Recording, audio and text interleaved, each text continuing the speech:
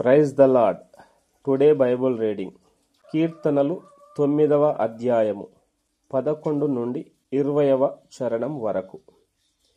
సియోను వాసి అయిన యెహోవాను కీర్తించుడి, ఆయన క్రియలను ప్రజలలో ప్రచురము చేయుడి. ఆయన రక్తాపరాధమును గూర్చి విచారణ చేయునప్పుడు బాధపరచబడు వారిని జ్ఞాపకము చేసుకొనును. వారి మొరను ఆయన మరువడు.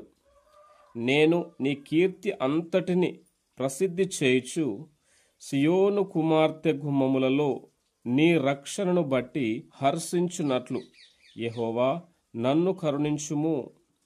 మరణద్వారమున ప్రవేశించకుండా నన్ను ఉద్ధరించువాడా, నన్ను ద్వేషించువారు నాకు కలుగజేయు బాధను చూడుము.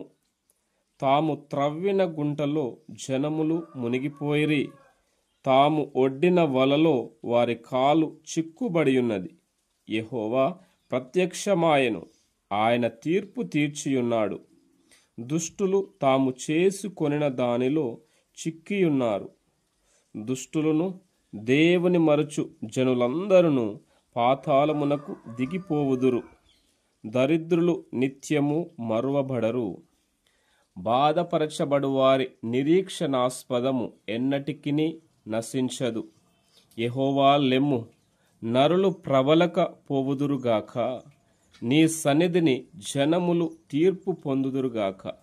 యెహోవా వారిని భయపెట్టుము, తాము నరమాత్రులమని జనులు తెలుసుకొందురుగాక.